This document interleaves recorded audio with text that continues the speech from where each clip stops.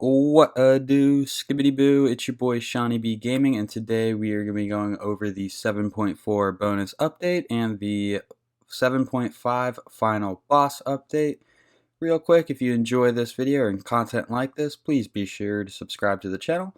We're going to go ahead and do this in order of interest, starting with the 7.4 bonus update. So going straight down to the changes. So Baba Yaga is receiving a lot of love in this bonus balance. She's getting an increased base damage on her Baba's Brew from a scale of 55 to 215 to a scale of 65 to 225, so plus 10 across all ranks. And she's getting an increase in her magical power scaling from 60% to 70%. That's pretty big. The power scaling is a much bigger buff than just adding 10 to the base damage. Home Sweet Home, Baba Yaga's ultimate, is getting an increased burst damage base from, it was originally a scale of 60 to 160, now it's from 75 to 195. So that's a pretty reasonable bump up in base damage. They're increasing the burst damage scale from 30 to 35. They're increasing the burn damage scale from 10 to 12.5. They're decreasing the travel time of the Witchfire Bolt from 0.8 seconds to 0.53 seconds. And what that means is whenever you cast your ultimate, the amount of time it takes the ability to leave your hand and then hit the ground is being reduced, so the travel time is going to be faster. And then they added 10% magical power scaling to the amount of shield gained at all ranks. Heimdall's receiving a little bit of a nerf. They're decreasing the vision radius from 120 to 180. At low levels, not a lot of people use his one for the ward. At high levels, it is used, so this is probably more directed at the higher level of players. Through the realms, they decreased the initial hit of a scale of 150 to 510 to a scale of 120 to 440, so that's a pretty substantial nerf. And then they decreased the initial hit scaling from 90% to 70%. That's also a pretty substantial nerf. HORUS, recently this guy's ultimate changed and they're reverting it back just a little bit. They decreased the movement speed HORUS gains while ulting from 135% to 70%. BATZ, his infused strikes, is getting a decrease in its basic attack from 15% to, or from 20% to 15%. Fear No Evil is getting an increased cooldown of 100 seconds to 120 seconds. MERLIN is also getting a nerf. All these are nerfs except for the Baba Yaga.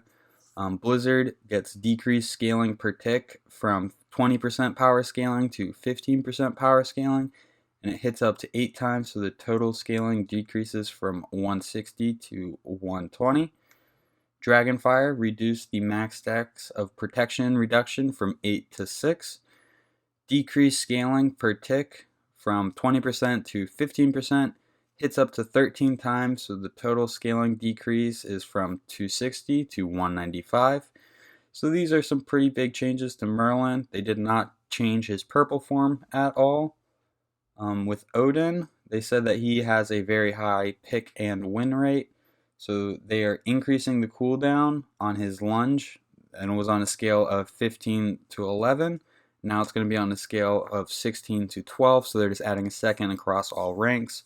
Raven Shout is getting an increased cooldown of 15 on a scale to 11 to 16 on a scale to 12, so also adding a second to the cooldown. Gungnir's Might increased the cooldown from 12 seconds to 14 seconds. So with ODIN, they're just making all of his cooldowns a little bit longer. With SOBEK, Blessing of the Now, they're changing the per level scaling from 10 per stack to 4 plus 0.3 per level. With Thor, Thor's getting a little bit of a nerf, which is a little sad to see. Decreased physical power scaling from 100% to 90%. ULLR, he is making it to where it costs a little more to use his abilities, and his one is a little weaker. So the base damage was on a scale of 90 to 290. Now it's going to be on a scale from 80 to 280. And they increased the mana cost from 50 to where now it's 50 to 70 as you level it up. And then Hail of Arrows increased mana cost from 60 to 60, scaling up to 80.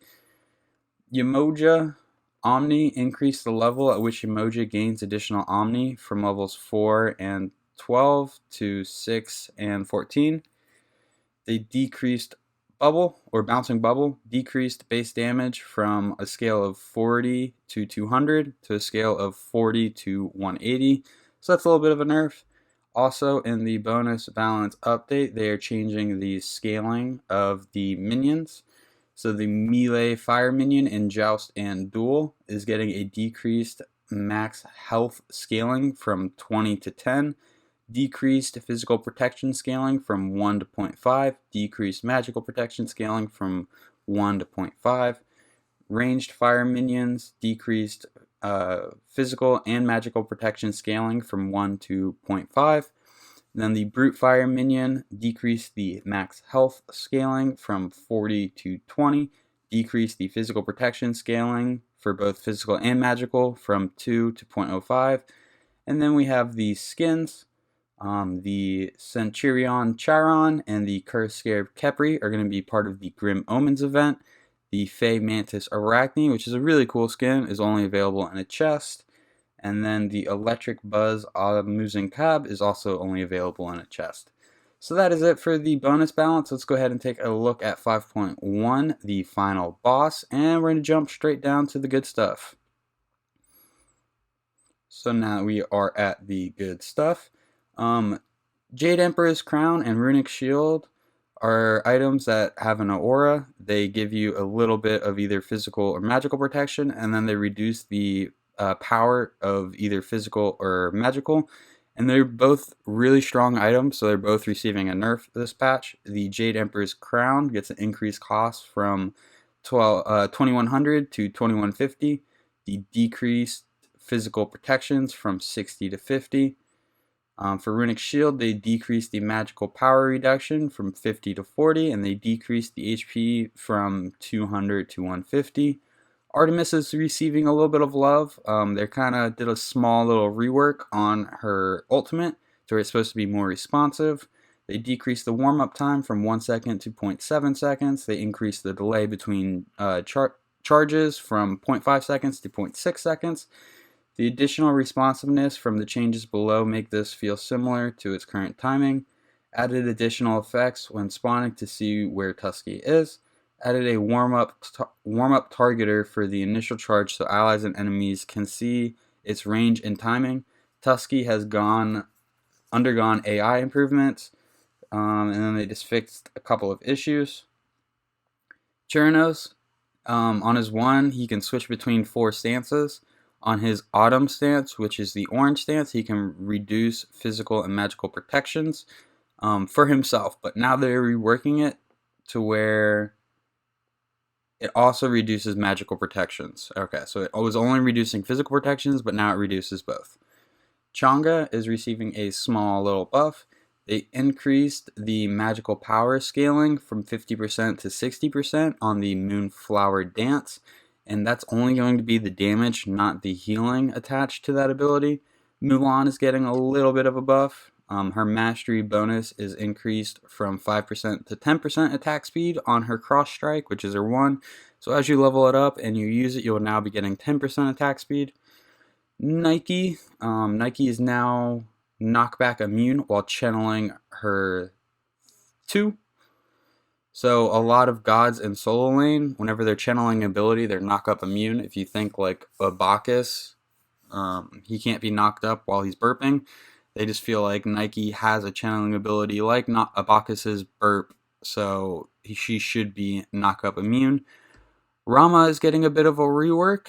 A lot is staying the same. They were just complaining that, or the community was complaining that Rama didn't have a passive. So they changed the passive. This ability now includes every astral strike arrow Rama lands has a % chance that the astral arrow pickup will appear on the ground.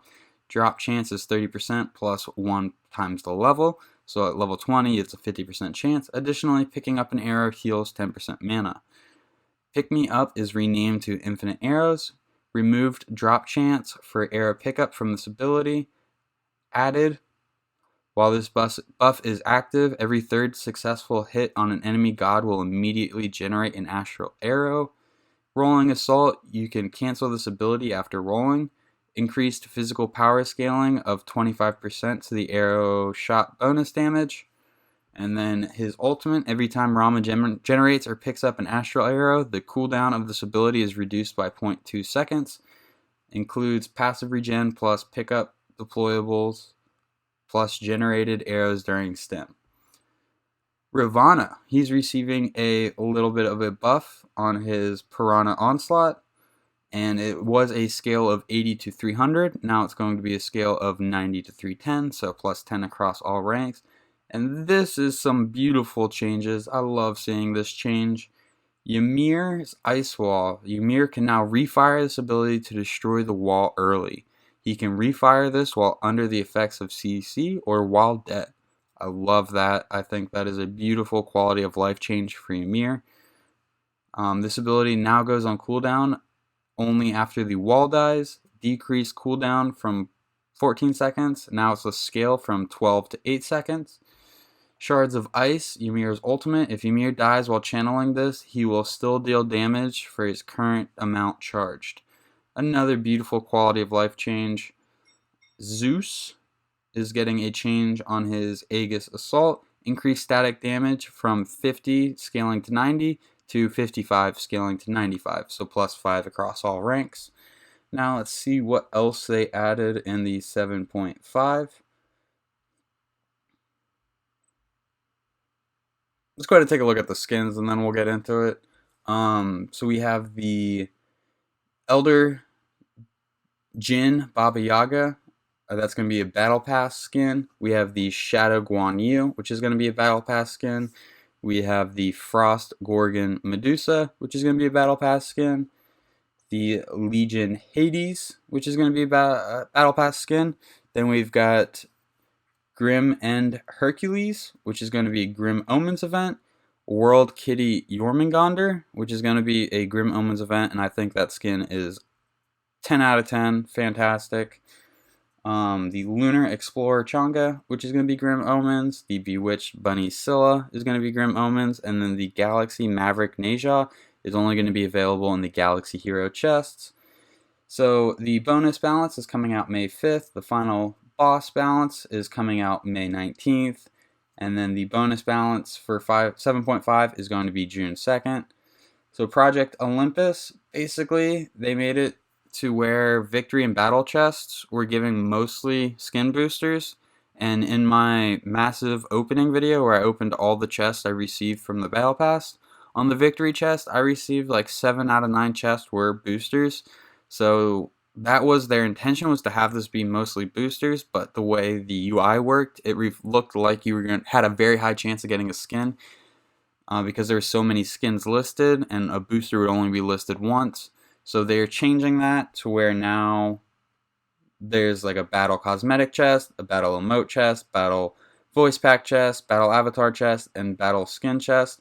This way the user has a better understanding of what they're going to receive, and then some of the places where you would be rewarded a victory battle chest is just going to have a booster there on the battle pass. So they made a bunch of changes to the home screen. That's all very nice. We're going to kind of skip over that. We made some changes to the esports live and hub improvements. We're going to kind of pass over that for right now. Learn tab, they have the first 10 videos on the first 10 free gods. UI, nothing special. The gameplay fixed a bug when attacking a tower. The active backdoor protection sound would play for teammates all across the map. Gameplay teleport relic fixed an issue where the teleport relic could be interrupted by the user by upgrading the relic during the channel. This relic will now continue to teleport the user and then go on cooldown if the upgrade was channeled. Fire Giant fixed an issue where the Fire Giant attack Ragnarok's Fury could be avoided even though these attacks are designed to always hit. So they are addressing the patch or the bug that Sanguine was using in SPL. Baba Yaga, they fixed a bunch of issues. Fixed an issue where the wrong god icon would be displayed in notifications after unlocking Baba Yaga. Fixed an issue where the wrong icon would be displayed when selecting or unlocking her voice pack. Fixed an issue where Baba Yaga would T-pose during her victory animation. I thought that was intentional. I think they should keep that. Creeping Cabin, they fixed an issue where the Creeping Cabin was not properly holding with Baba Yaga. Baba's Brew addressed issues where the ability could not be fired. Bug incident rate has been decreased but is still being investigated. Blast Off increased audio cue volume. Home Sweet Home addressed issues where this ability could not be fired. Bug incident rate has been decreased but is still being investigated. Chernobog Living Nightmare fixed an issue where the shadow clones could path into or spawn inside phoenixes, making them invalid targets for Chernobog to land at. Hebo, the Sydney Shredder, and Hebo skins have been re-enabled. Fixed an issue where some of their abilities had no hitbox. That's an interesting one. BATZ Ultimate will now apply the full damage from items when hitting enemies with her first and second ability. It should be noted that her third ability deals all damage through pets and is intended not to trigger item effects, as pets do not inherit the god's passive items. No change was made recently to this rule. Mulan fixed an issue where Mulan could get stuck in a state where she continually basic attacks with no player inputs, commonly occurring after using her ultimate ability. This happened to me quite a bit, so I'm glad they are fixing that. Yanis, they fixed an issue where players could land in unintentional or unintended places when falling out of Yanis' portal if they had certain knockbacks or immunity effects applied to them. Persephone, her pomegranate seed fixed an issue where she could be targeted in her passive death state. And kind of an example of that is if she dies, she goes into her death state. Khepri could then ult her. When her death state expires, she gets revived by Khepri. That shouldn't be a mechanic. You shouldn't be able to revive her once she's already dead as Khepri. Harvest fixed an issue where plant AoE damage reduction on subsequent hints was not working as intended. Fafnir, Underhanded Tactics, fixed an issue where this ability doesn't deal damage sometimes. And then they're also making some changes to how ranked is going to work. They're increasing the MMR cap from 3250 to 3500. Update the MMR values associated with each tier and division to better represent the division of players. Gold 1 through 5 is now better centered around the average MMR value of 1500 MMR. We previously placed top heavy, placing more players in Gold 2 and 1 than in Gold 4 and 5. Masters better line up with having only 2% of players above its at 2,525 MMR was previously allowing 4 to 5% of players. Players above 2525 will undergo a soft reset of their MMR to ensure the competition for Grandmasters and Rank 1 are competitive each split. Players below 2525 MMR will not undergo any MMR reset. Players below 37% variance will be reset to 37% variance. God leaderboards will not be reset this split, but will be reset next split for the mid-season. Increase the dual queue MMR range for players below Diamond to 300 to 500, and increase the dual queue MMR range for players Diamond and above from 100 to 2,500. And that is it for today's video. We have wrapped up the 7.5 final boss. So if you enjoyed this video, be sure to give this video a like. And if you want to see more content like this, or either it be guides, gameplay, or just more patch notes, be sure to subscribe to the channel. Thank you guys for stopping by. I appreciate your time. I'll see you next time. Bye-bye.